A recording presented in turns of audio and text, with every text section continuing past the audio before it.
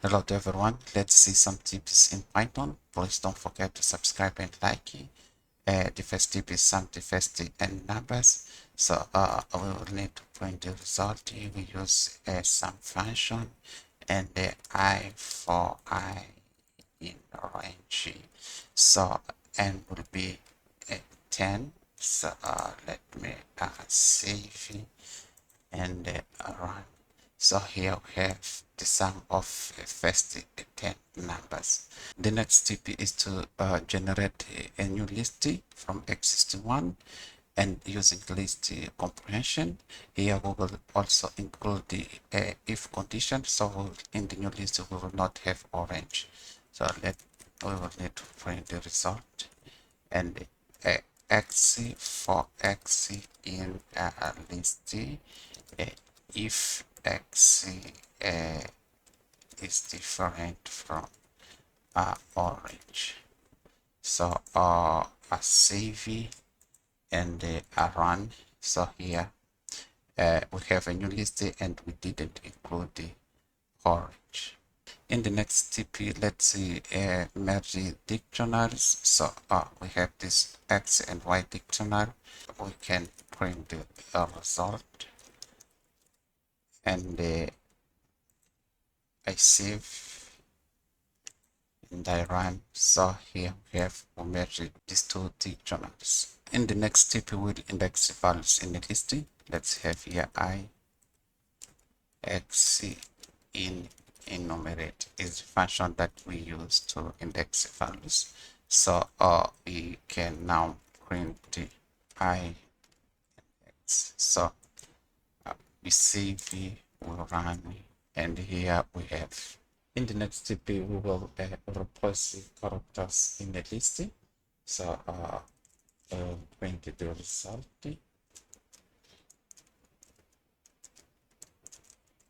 And we use a lambda function.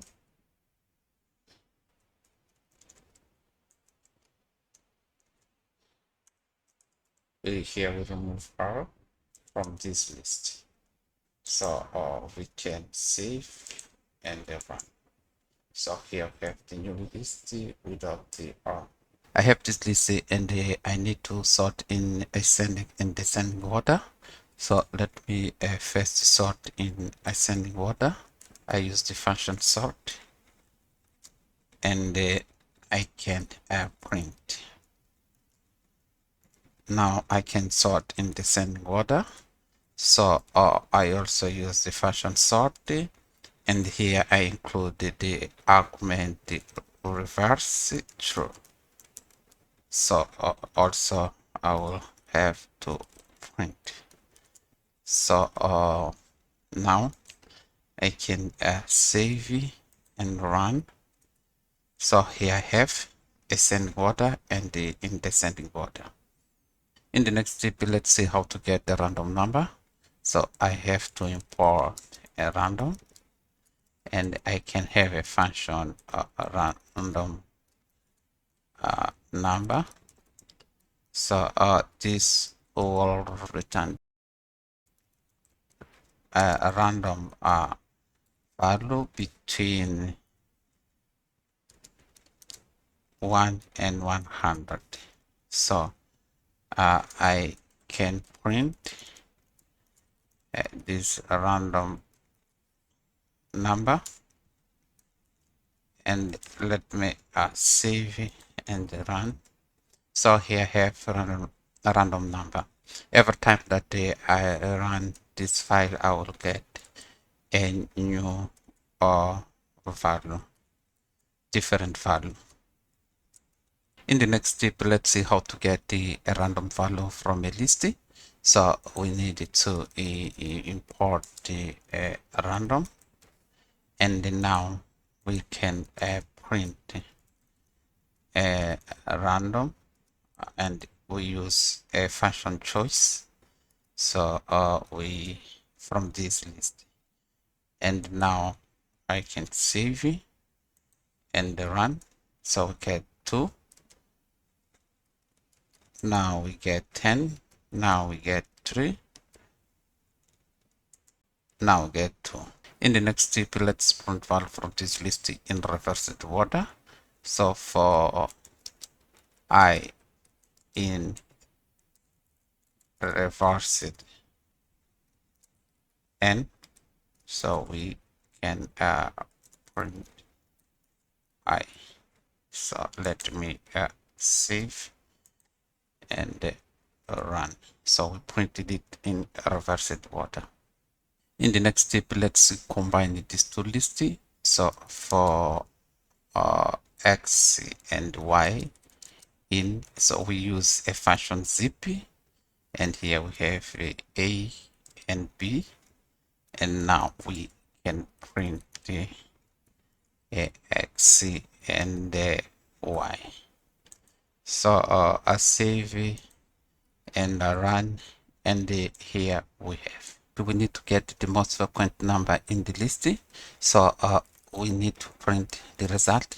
We use the function max, and here we pass two arguments. The first one it's a unique value from a list, and the second one it's the key that is equal to a count function from a list. So we can save and run, and here we have the most frequent value from this list. In the next step, let's see how to reverse a string. I print the result here. So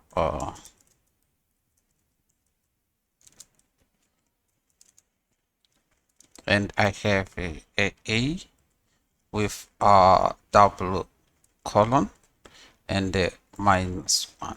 So I can save it and run. Here I have a Python reverse.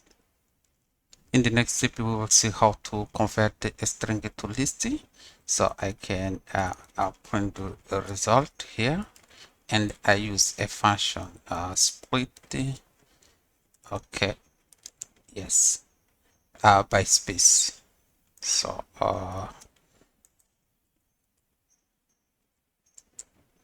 here I have my list from this string. In the next step, let's see how to convert list to string. So I can print here the result, and I will use a function join. Okay, and I can save it and run, and here I have from this list I have this string. In the next step, we will see how to print out multiple values of a string. So let me print the result, and here if we have an value here, we use asterisk to print the anytime that we need. So let's put here and the n will be my variables, and I can choose now the number of times that I need to print. So I save it and I run it, and here I print it 4 times. We'll see how to sort a dictionary. So I have here sorted a data. So we will use a function sorted. We will sort in extend order. So here we have the first argument data, and the second it's a key where we use a lambda function, and we will use age. We will sort by age. So yeah, I print.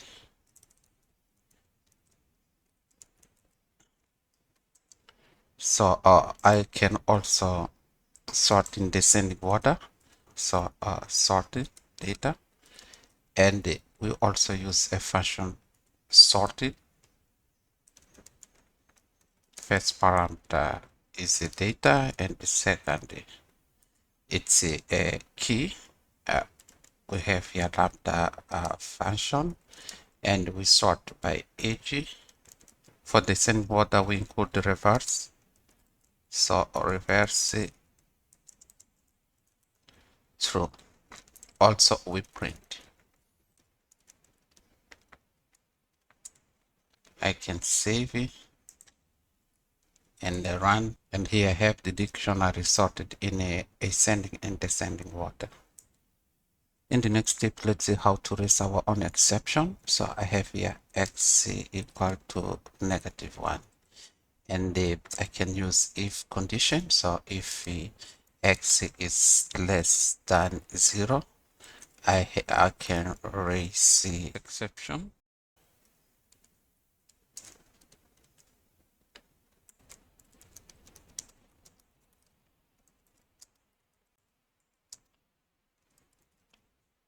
So I can save and run, and here I have, sorry, no numbers below 0. In the next step, let's see how we can have a function that accepts any number of arguments. I have here a function that sum values. So the function to accept any number of arguments when it's called, have to have asterisk in the parameter. So this for I in args, I will have here x equal to 0. So, and I have here x, we will sum all values from this list, because when we have asterisk, it becomes list. And this function will return x.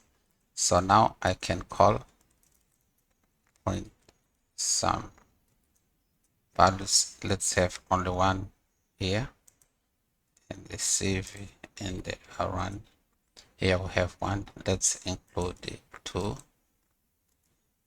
I save and the run. Here I have 2, the sum of 2. So let's include the other argument. Here I have 3, and I will have the sum of these four values. And so here I have.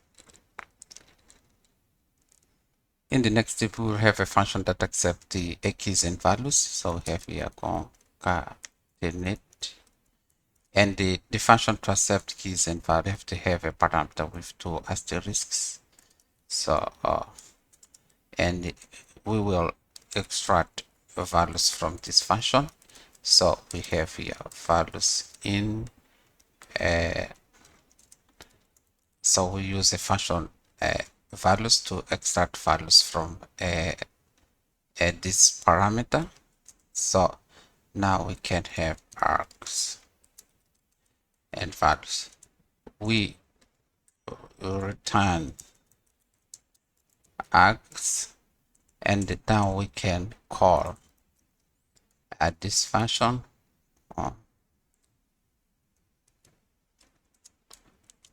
so we have A, we have B,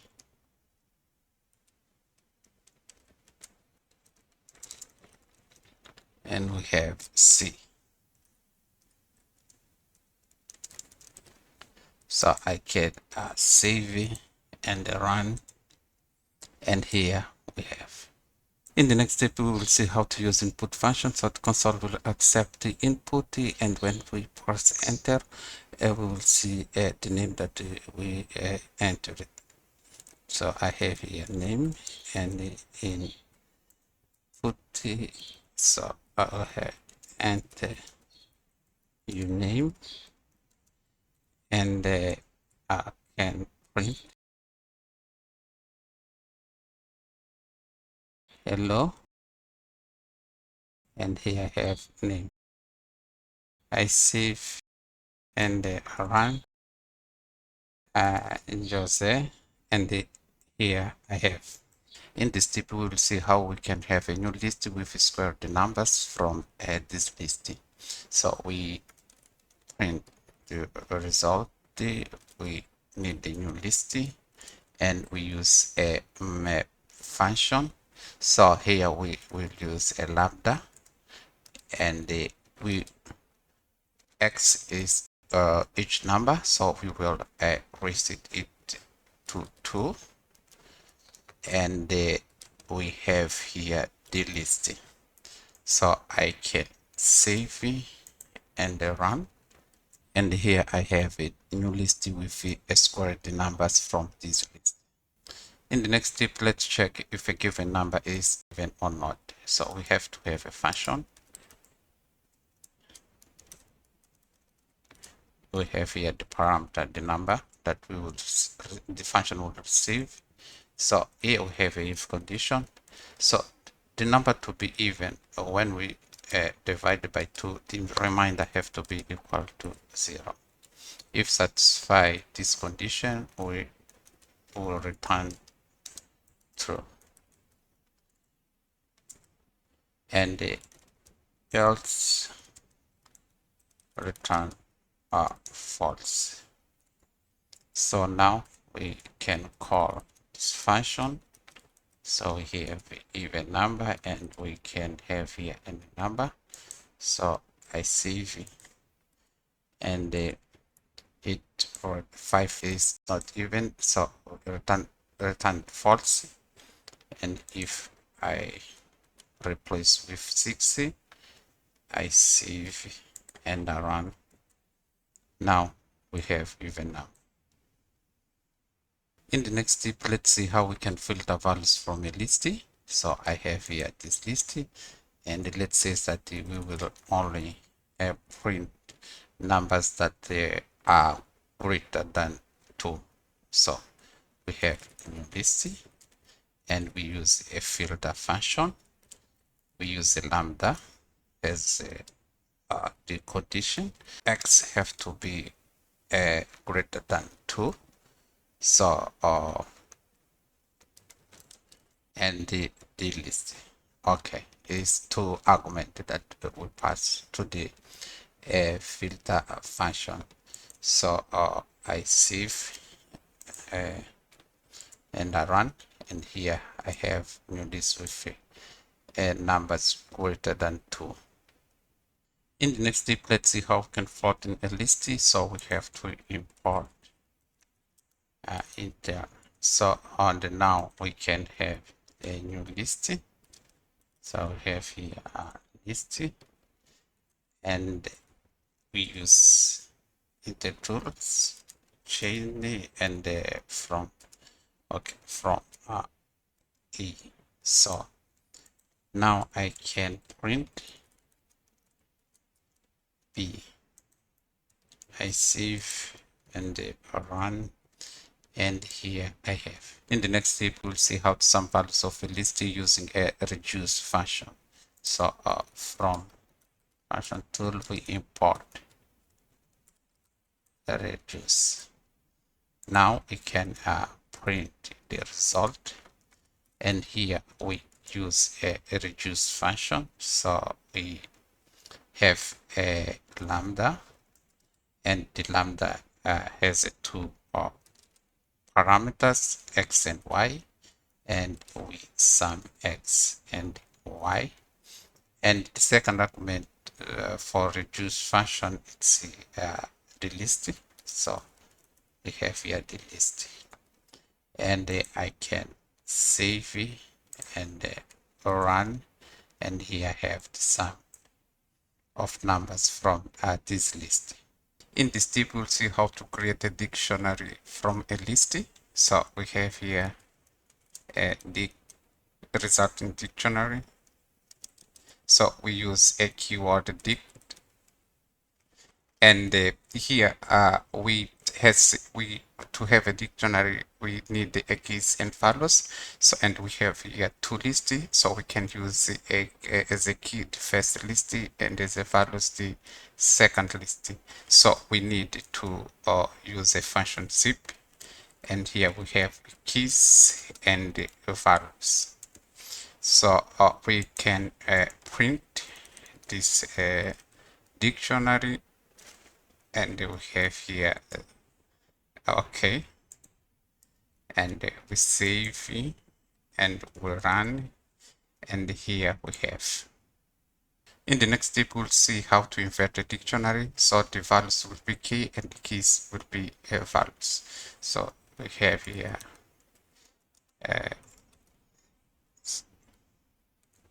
and here we have the values will be key, and the keys would be values for keys and values in. So we have the dictionary. As we need both keys and values, we use items function. So here we have, and I can print. So I have, and okay, let me save it and run. And here I have now 1, 2, 3, and so on as the keys, and we have A, B, C, and so on as the values. In the next step, we'll see how to integrate value space and dictionary keys. So we have four keys and values in dictionary items. Here's where I get both keys and values. So here we print. We have first will be keys, and the second will be values. So we use a format, and we have here keys and values. So I can save and run, and here we have. In the next step, we'll see how to get a memory size of an object. So we need to import. So, and now we can get the memory size. So I have here get size of A. So I can save it and run, and here we have. In the next step, we'll see how to swap values. I have here x equal to 12 and y equal to 24. So I can have now y x equal to 12 and 24. So I can print x and y. So now let me save it and run, and here I have.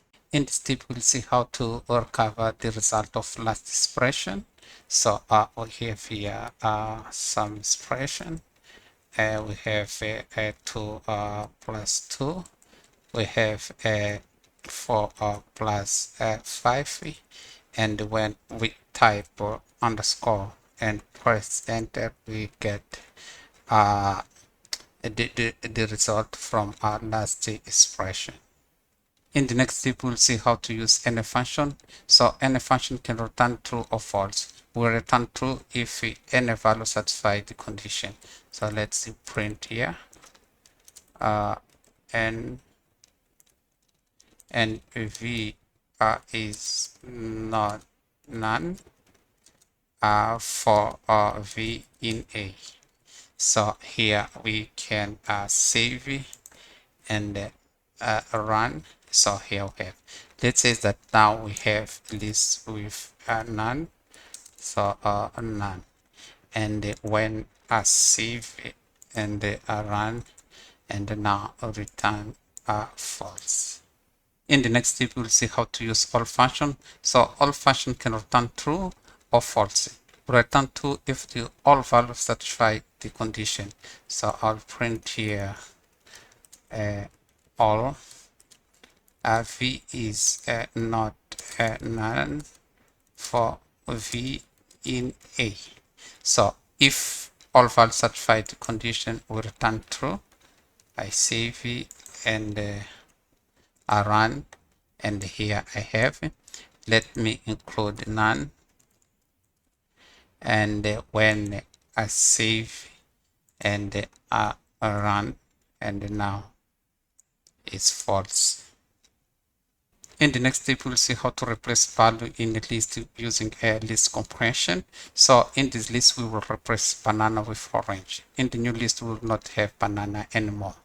So let me print here, and x if x different from banana, else orange. For x in fruits. So if is different from banana will remain at the same value, but if is banana,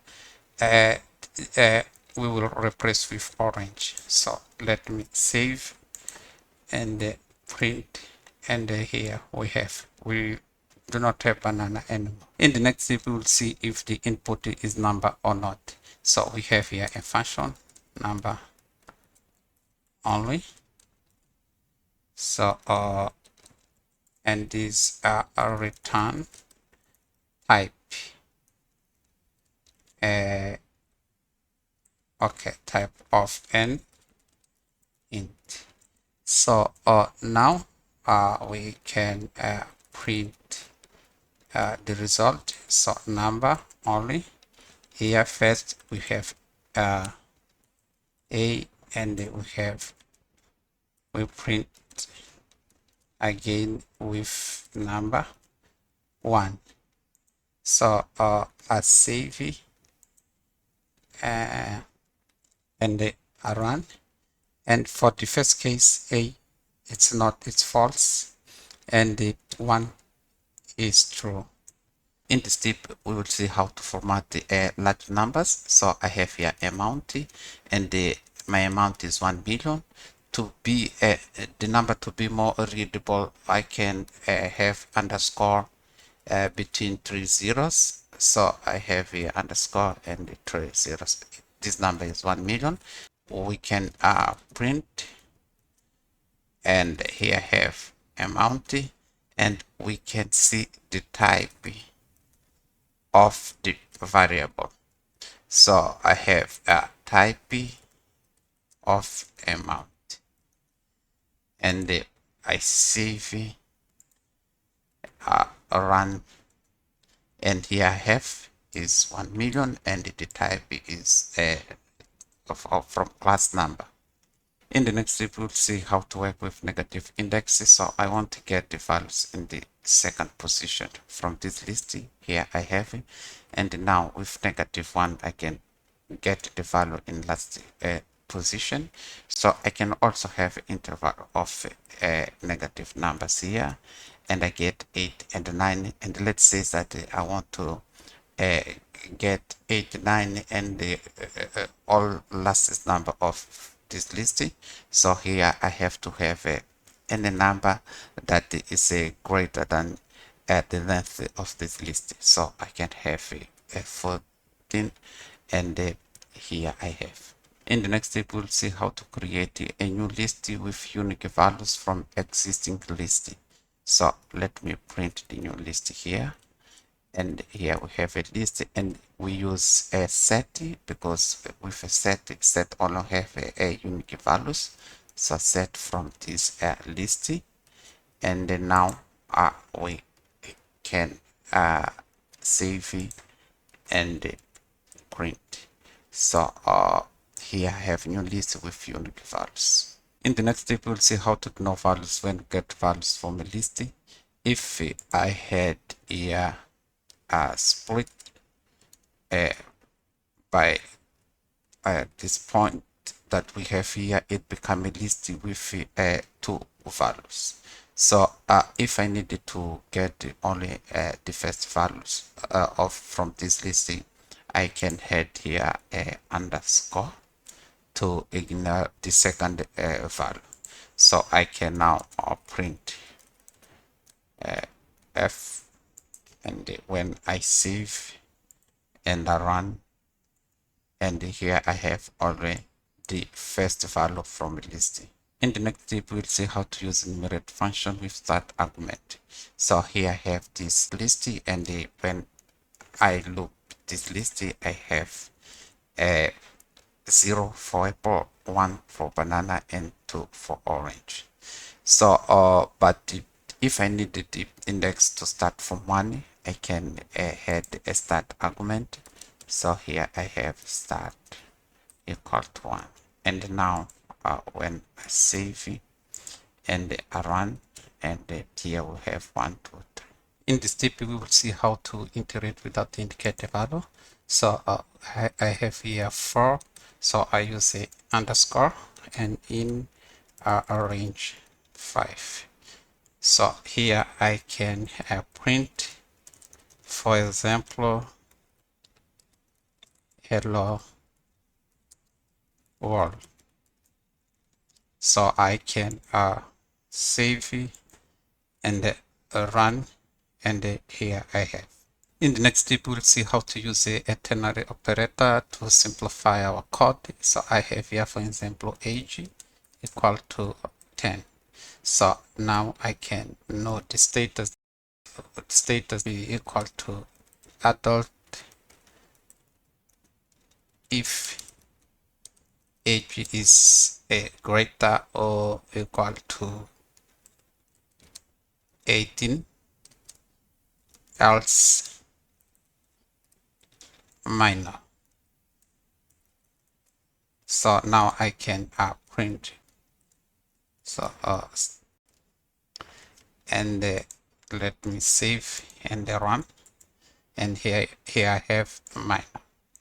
If I replace with 20, save and run, and here I have adult. In the next step, we'll have a function that returns multiple values, and also we get multiple values from this function. So we have a function and return 1, 2, 3, 4, 5, 6. So we assign each value to each variable. So we have A, B, C, D, E, F equal to our function. Okay, and we can now print the values of these all variables. So what I have here, I save and I run, and here I have. In the next step, we'll see how to have a transposing matrix. So transposing of a matrix, it's where we have a rows from the first matrix has columns in the second matrix, and the columns from the first matrix has rows in the second matrix. So we have here a new matrix, and we use a function zip. So here we have to have a asterisk before the existing matrix. Now we can loop arrow in new matrix. Now we print arrow. So now I can save it and run, and here we have. In the next step, we'll see how to create a generator. So generators are iterators that can all iterate over once. Here we have the first example. So we have square of x, or x in orange. Okay, it's the first example. So here we have the second example. We need a function. So create generator. And here we have a list in this range, and for x in list, we use a function yield. So two ways of creating a generator. So let's have here. Okay, here we have these two generators. Let's see, print the values from the first generator. So we have here print x. So now if I loop again, as we got this all values from generator, we will not get to print again the values from this generator. So I save it and I run. So we print it once. In the next time, we don't get the values from generators. In this step, we'll see how to loop in dictionary in one line. So we can print the result, and here we have the keys and the values for keys and values in our dictionary. As we need both keys and values, we use items. So we have here items function, and we can also have a condition. So if keys is less than 6, so I can save and I can run, and here I can also have here keys greater than 6, so I can save it and run, and here I can also have equal to 6, so I can save it and run, and here I have. In the next step, we'll see how to use LRU cache function for memorization. Sometimes we have functions that can take a long time. So the computation will be done in the first time, and the other times that we call the function, we can get it from cache. So to use it, we need to decorate this function with LRU cache. So first I from tools I import LRU cache. So now it's okay, and the computation will be done in the first time that we call, and the second time we get the result from a cache. So also later we can clean, so our cache clean. So here we have, and we save it, we run. Here we have the result. In the first time the computation was done, and in the second time we get the result from the cache. In the next step, we'll see how to work with date and time. So to work with date and time, we need to import a date time. So from date time, we import date time.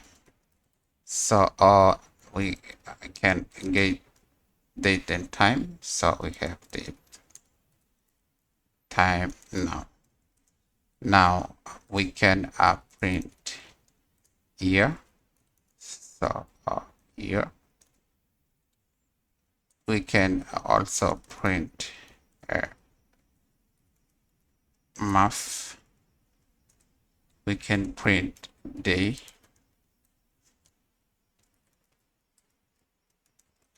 We can also print hour. We can print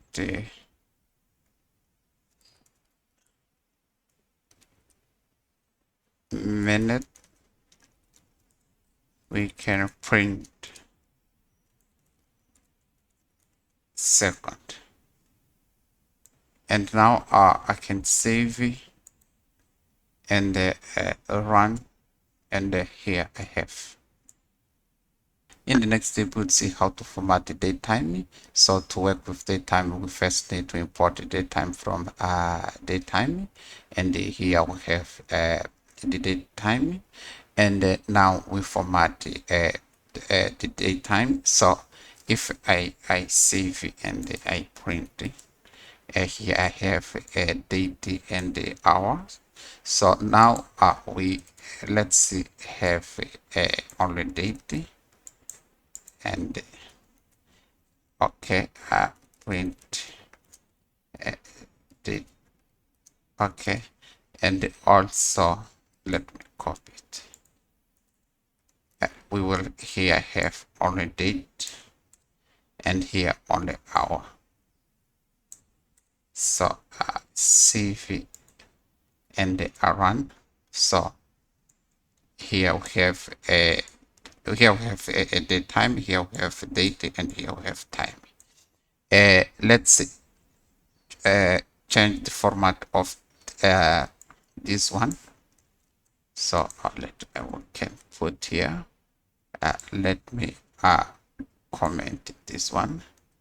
So now I can have the datetime in other format. So I can have first year. Let me delete this, and the year, month, and the day. So now I can save it, and when I run, so I have a year in other format. So I can also have the complete year. So I can have this one, and now I can save, and I have the complete year. In the next step, we'll see how to get the difference of dates in days. So to work with date and time, we need to import datetime. So we'll import datetime from datetime. So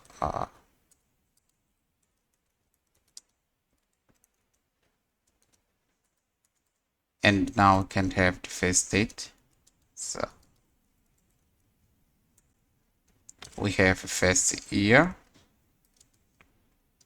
month, and date. We have the second date, and we have year, month, and date. Now we can print the result. So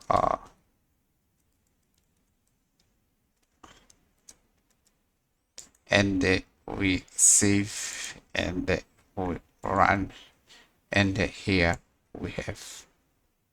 Thank you for watching. Please don't forget to subscribe and like.